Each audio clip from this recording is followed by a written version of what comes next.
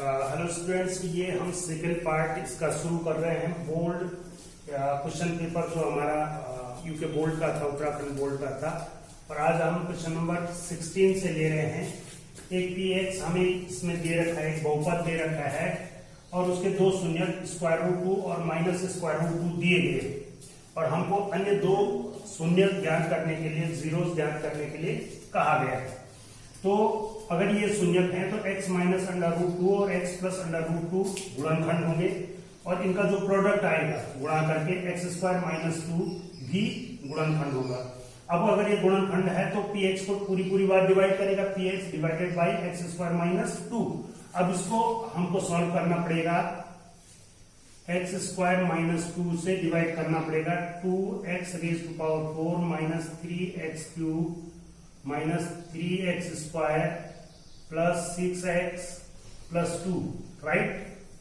अब ये डिवाइड करेंगे, पहले पद को डिवाइड करेंगे तो 2 और रेज टू पावर 4 है तो x स्क्वायर से जाएगा, इसका गुणा इसके साथ करेंगे 2x रेज टू पावर 4 हो जाएगा, और 2 2 जा 4 माइनस 4x स्क्वायर हो जाएगा।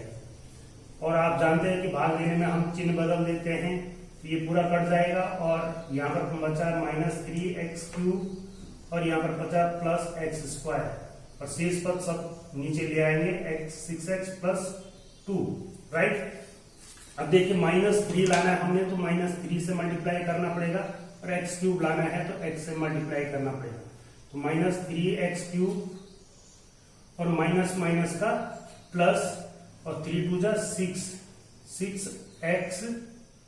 यहां पर लिख दें इसको प्लस 6x, और इसको सब्ट्रैक्ट कर दें प्लस और माइनस, ये कट गया, ये भी पूरा जीरो हो गया, x स्क्वायर प्लस 2 बचा हमारे पास। अब देखिए हमें x स्क्वायर प्लस 1 से गुणा करना है, तो x स्क्वायर और इस माइनस से ये भी माइनस हो जाएगा, और माइनस 2 हुआ, चिन्ह बदलेंगे आप तो ये हमारा क्वेश्चन में मिलेगा। तो इस प्रकार से इसको डिवाइड करने के बाद जो हमको मिल रहा है वो क्या मिल रहा है, x स्क्वायर माइनस 2, और दूसरा मिल रहा है 2x square minus 3x plus 1, right. तो इसके दो फैक्टर तो आपको पहले से पता है, x माइनस स्क्वायर रूट 2 और x प्लस स्क्वायर रूट 2। अब इसके थोड़ा सा फैक्टर करेंगे हम, तो 2 1 जा 2 और दोनों का योग 1 प्लस 2 इज इक्वल टू 3, तो अर्थात ये हो जाएगा 2x square minus 2x minus x plus 1, right.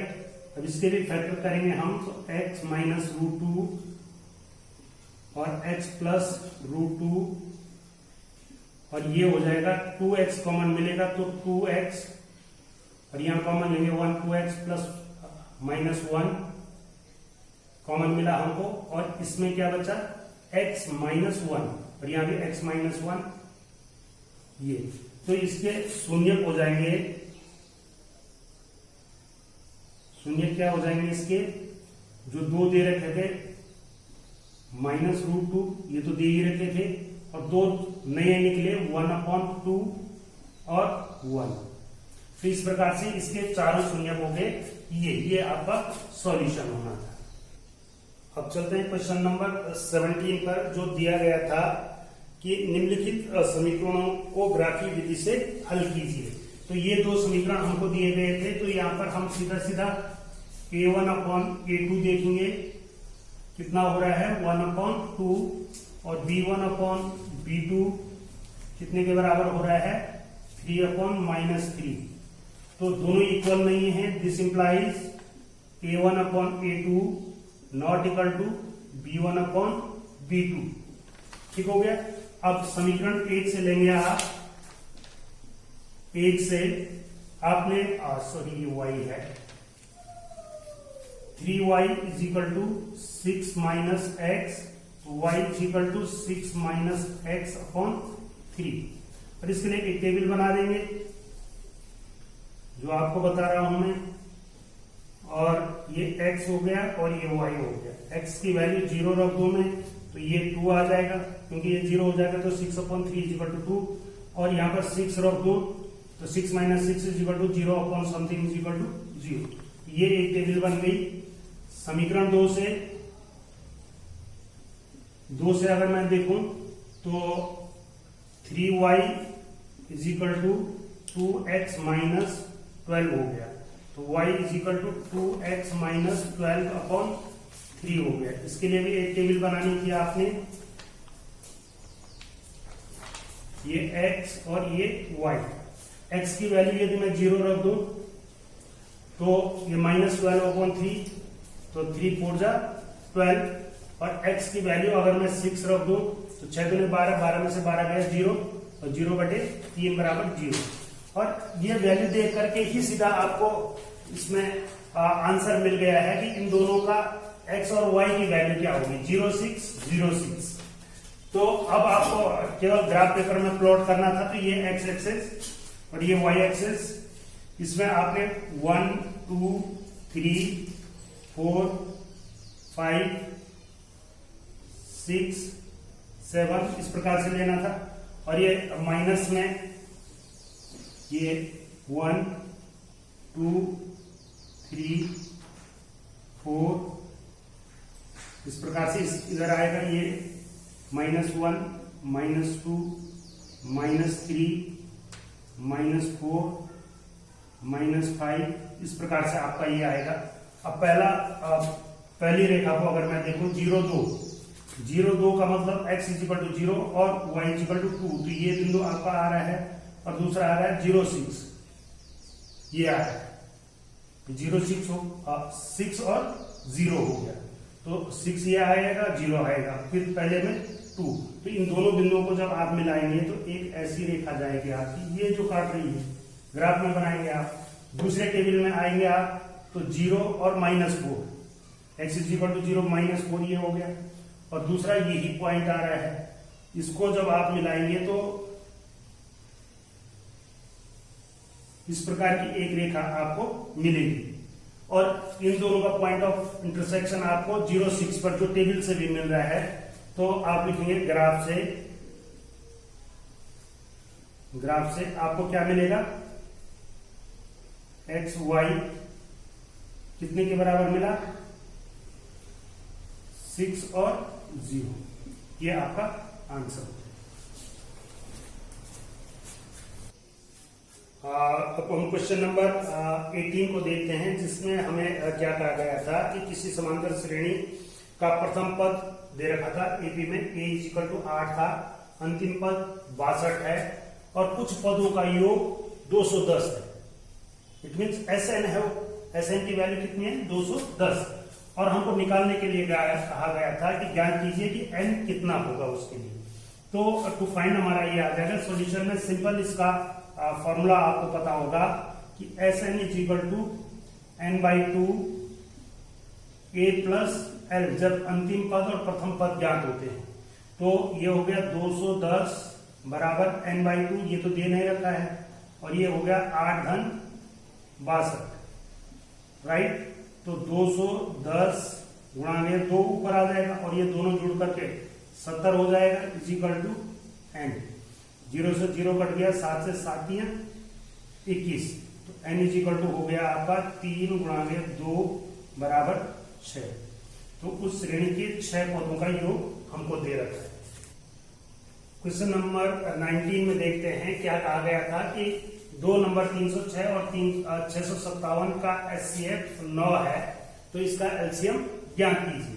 तो इसके ये गिवन पार्ट हो गया, ये टू फाइंड हो गया, और ये सॉल्यूशन हो गया। तो सॉल्यूशन के लिए LCM is equal to n1 into n2 बटे HCF। ये सूत्र आप जानते हैं, n1 पहली संख्या, दूसरी संख्या बटे उनका HCF। तो यहाँ पर सिंपल हो गया 306 गुणा में 657 बटे 9, और 9 से ये निश्चित रूप से HCF है तो कट रहा होगा। तो 9 3 27 और 3 बच गया, 9 चौको 36 गुणा में 657, और इन दोनों का आप गुणा करेंगे तो इसका गुणनफल आपको मिल जाएगा 22,338। 338 ये आपका आंसर होगा। बस इतना सा क्वेश्चन था। अब इसी का अथुए पर आते हैं हम। तो पहला क्वेश्चन बड़ा आसान था और ये क्वेश्चन ट्रेडिशनल क्वेश्चन है जो हर बार पूछा जाता है। तो इस पॉइंट ऑफ व्यू से मुझे लगता है कि इस क्वेश्चन में टाइम ज्यादा कंज्यूम करेगा पहले क्वेश्चन से। तो देखिए इसमें सबसे पहले कॉन्ट्रडिक्शन मेथड हम मान लेते हैं, ले लेते हैं कि माना √5 एक परिमेय रेशनल परिमेय संख्या है। ये मान लिया हमने। अगर ये परिमेय संख्या है तो इसको क्या लिखा जाना चाहिए? √5 = P/Q के रूप में लिखा जाना चाहिए। साथ में कंडीशन P और Q पूर्णांक हैं, HCF या G ऑफ PQ क्या होना चाहिए? 1 होना चाहिए और Q ≠ 0 होना चाहिए। ये कंडीशन होती है, अर्थात इनका 1 के अतिरिक्त कोई गुणनखंड नहीं होता है। ये हम मान लेते हैं। अब इसको पूर्ण वर्ग करने पर ये 5 बराबर P² / Q² आ गया।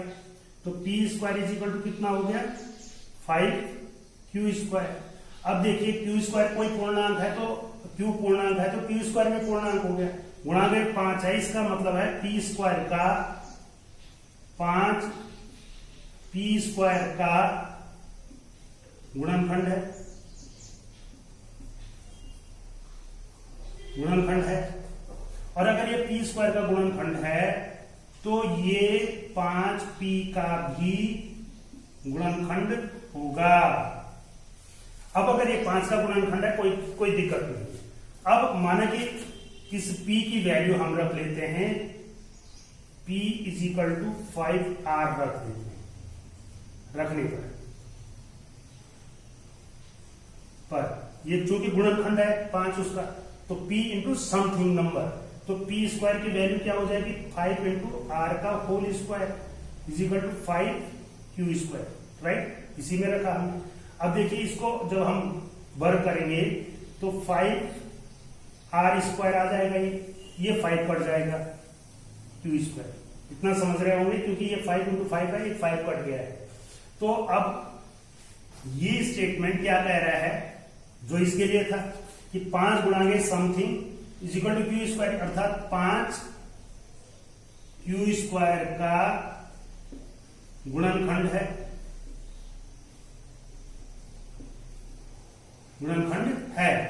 इसलिए 5 को किसका गुणनखंड होना चाहिए? Q का गुणनखंड भी होगा। अब इन दोनों कंडीशनों को ले हम, पहली कंडीशन ये और दूसरी कंडीशन ये, तो दिस इंप्लाइज 5 P और Q का उभयनिष्ठ गुणनखंड है।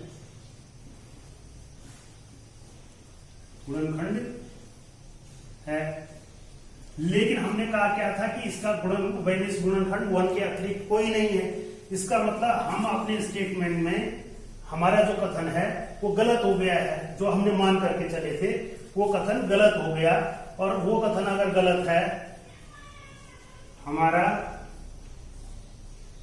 कथन गलत सिद्ध हुआ।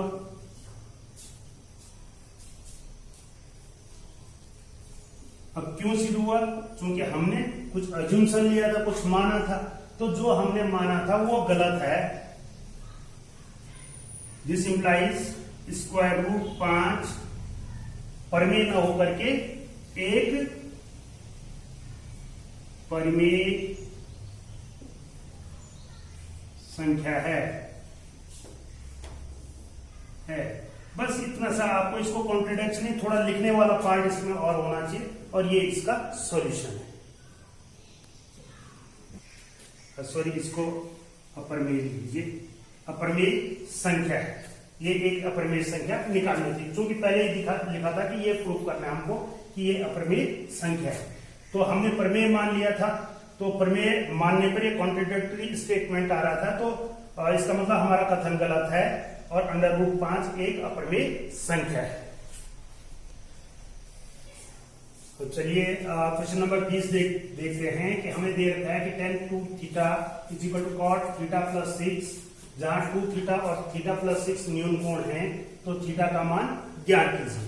वेरी सिंपल, यहां पर आपने tan 2θ को हम क्या लिख सकते हैं, cot 90 - 2θ, न्यून कोण के लिए सही है।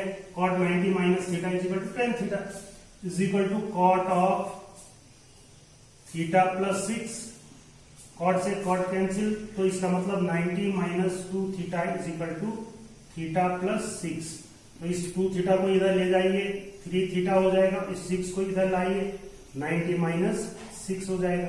तो θ = 90 में से 6 84 और बटे में कितना चला जाएगा 3, तो θ =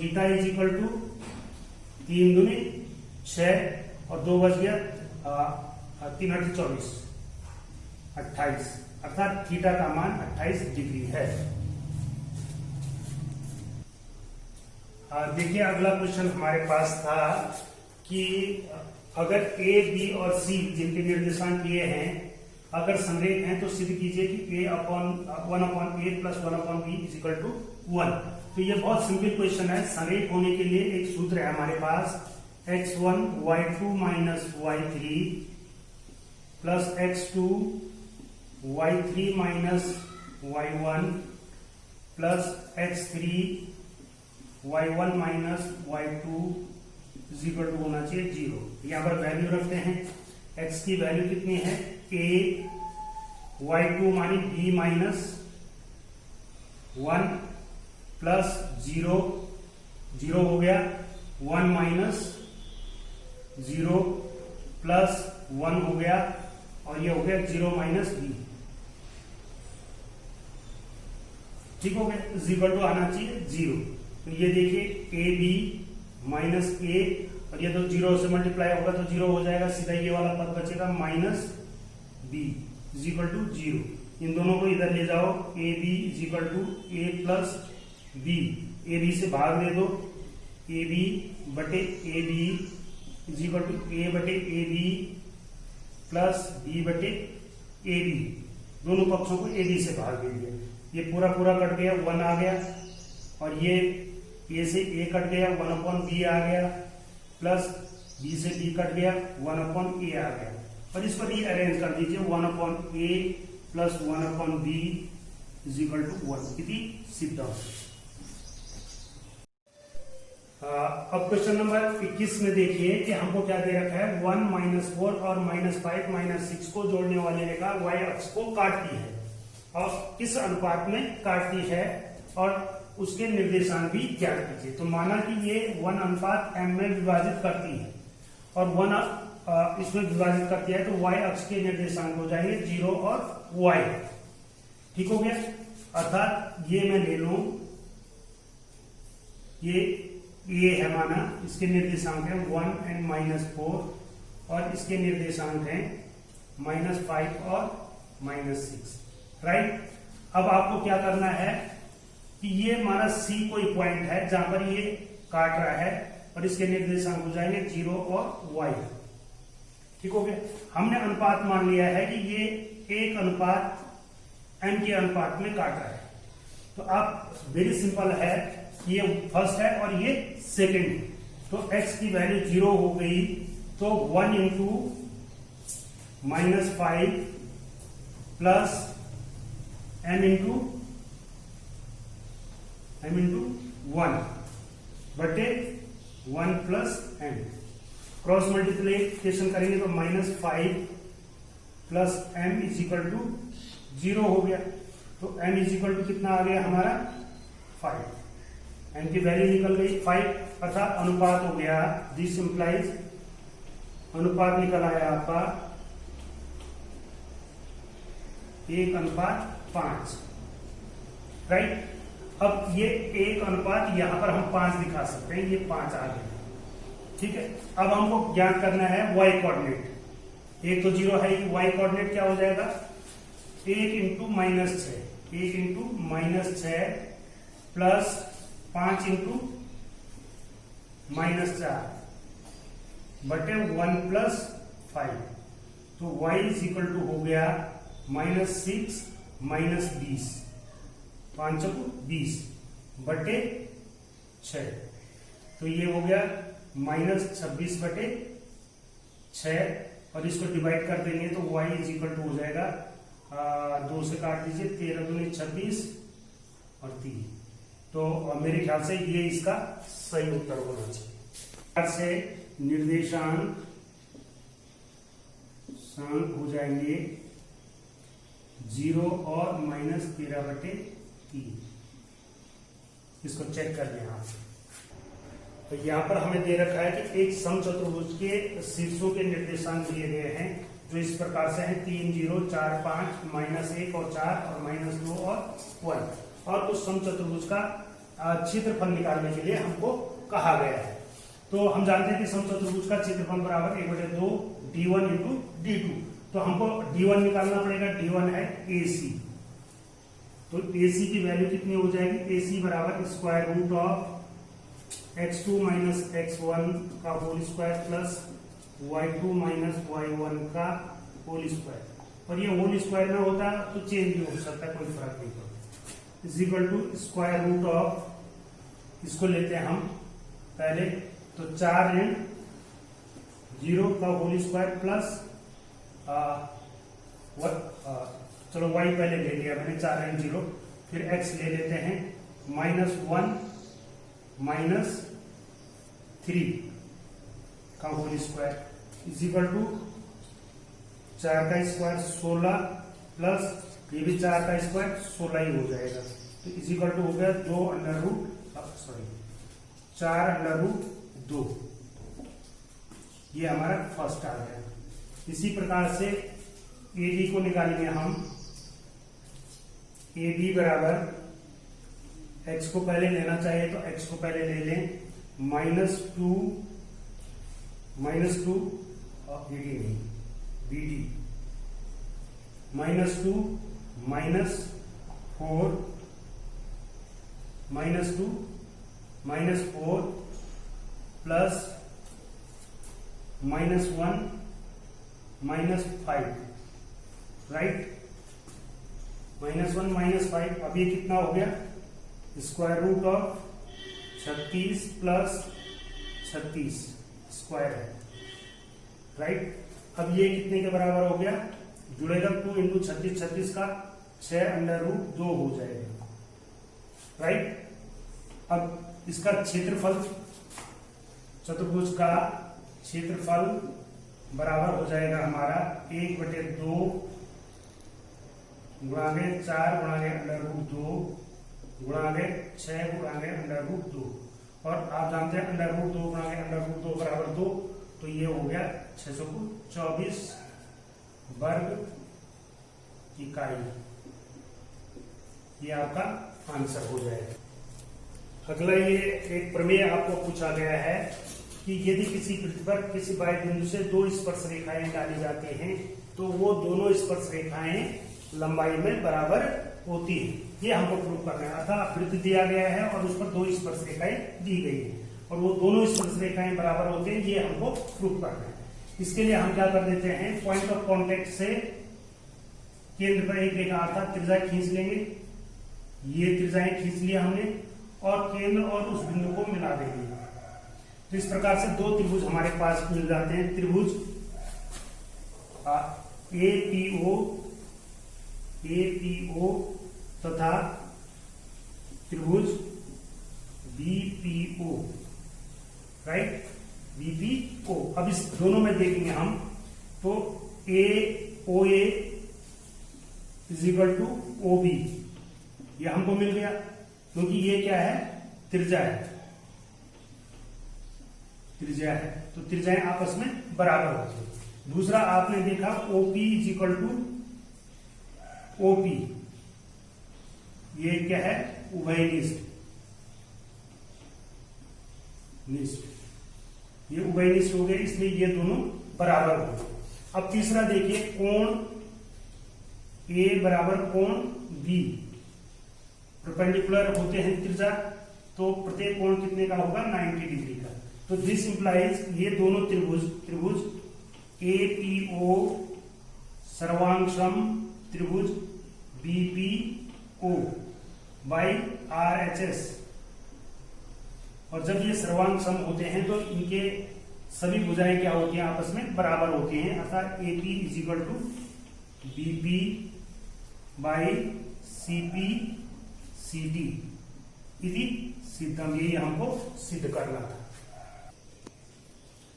ये अगला क्वेश्चन नंबर 24 है। आकृति बना करके हमको दी गई है और पूछा गया है कि छायांकित भाग का क्षेत्रफल ज्ञात कीजिए। इस आकृति को देख करके आप बता सकते हैं कि ये पूरे वृत्त का एक क्वार्टर है। एक क्वार्टर है मतलब 1/4 ऑफ पाई आर स्क्वायर, और इसमें से छायांकित भाग कौन सा है, इस त्रिभुज को छोड़ करके, तो त्रिभुज को घटा दीजिए, इसमें half of base into height, ठीक है, त्रिभुज का क्षेत्रफल।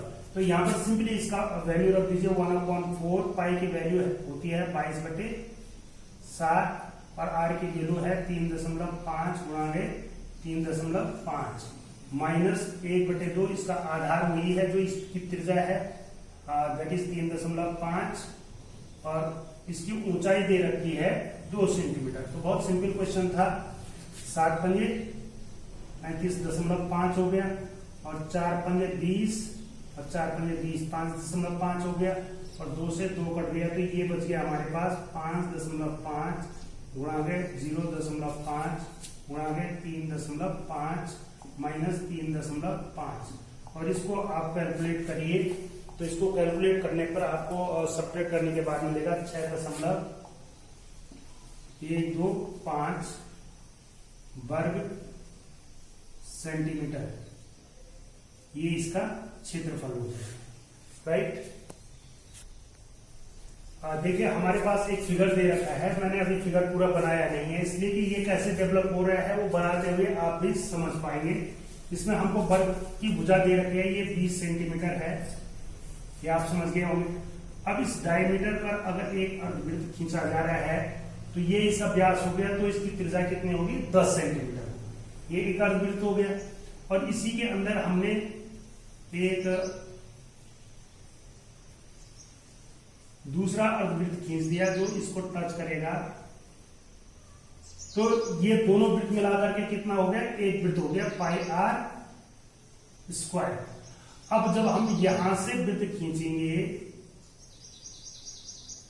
तो ये भी पाई आर स्क्वायर, ये भी 2 अर्धवृत्त हो गए,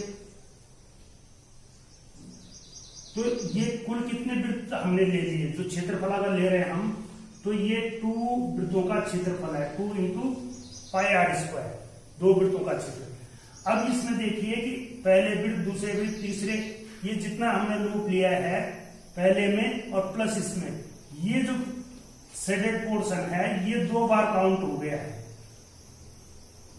राइट। अब इसमें हमको शेडेड का अगर क्षेत्रफल निकालना है तो इसमें से हम अगर वृत्त का क्षेत्रफल वर्ग का क्षेत्रफल घटा दें तो हमें शेडेड फिगर का क्षेत्रफल आसानी से मिल जाएगा। तो ये हो गया 2 इंटू पाई की वैल्यू दे रखी है 3.14 इंटू 10 का वर्ग माइनस 20 का वर्ग, तो ये हो गया 2 गुणा 3.14 गुणा 100 माइनस 400, और ये हो गया 2 4 दूने 8, 2 एकम 2 और 3 दूने 6, 628 माइनस 400 बराबर 228 सेंटीमीटर स्क्वायर, ये इसका आंसर होगा।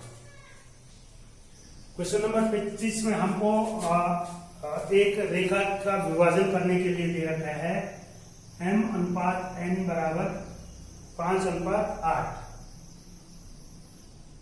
इसमें एक रेखा को हमको विभाजित करना है जिस रेखा की लंबाई है 7, रेखा खंड है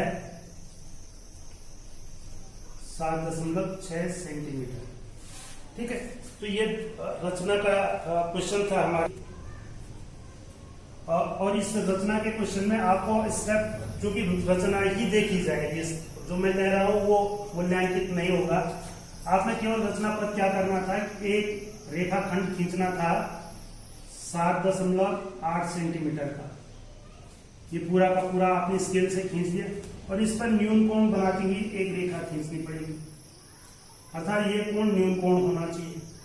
एक चाप ले लेंगे आप, माने ए है और ये बी, इसको हम विभाजित करना चाह रहे हैं, तो इसको कितने खंडों में विभाजित करना पड़ेगा, 5 धन 8 13, तो 13 खंड करने पड़ेंगे। A1 A2 A3 A4 A5 A6 और इस प्रकार से करते चले जाएंगे। आपकी कॉपी में बड़ा चित्र बनेगा इसका, ये आइडिया होना चाहिए आपको। A14 राइट, 14 वाले पॉइंट को सीधे सीधे स्केल से किससे मिला देना है, बी से मिला देना है। ठीक है, अब आपके पास यहां पर एक एंगल मिलता है, इस एंगल को मेजर करना था आपने और इस चाप को मेजर करना था। कहां पर लगाना था, A5 को केंद्र मानते हुए यहां पर एक चाप लगाना था और इस एंगल को आप दो नोक वाले प्रकार से भी ले सकते हैं और उससे भी ले सकते हैं। तो आप ये काट देते और इसके बाद इन दोनों पॉइंटों को मिलाते तो ये एक समांतर रेखा आ जाती, ये और इसके समांतर। माने ये सी बिंदु है, तो ये सी बिंदु इस पूरी रेखा को 5:8 के अनुपात में विभाजित कर रहा होगा निश्चित रूप से। और फिर स्केल से ये दोनों खंड आपने नापने थे, और जो कि एक प्रैक्टिकल क्वेश्चन है आपके पेपर में। आई होप कि आपने ये किया होगा और इसका मूल्यांकन भी प्रैक्टिकल क्वेश्चन के रूप में ही किया जाएगा। तो ये 25 क्वेश्चनों का, ये 25 क्वेश्चन नंबर 25 तक का पूरा हल हमने आपको ये दिया है। आप अपना मिलान कर लीजिए और इस चैनल को जरूर सब्सक्राइब करिए।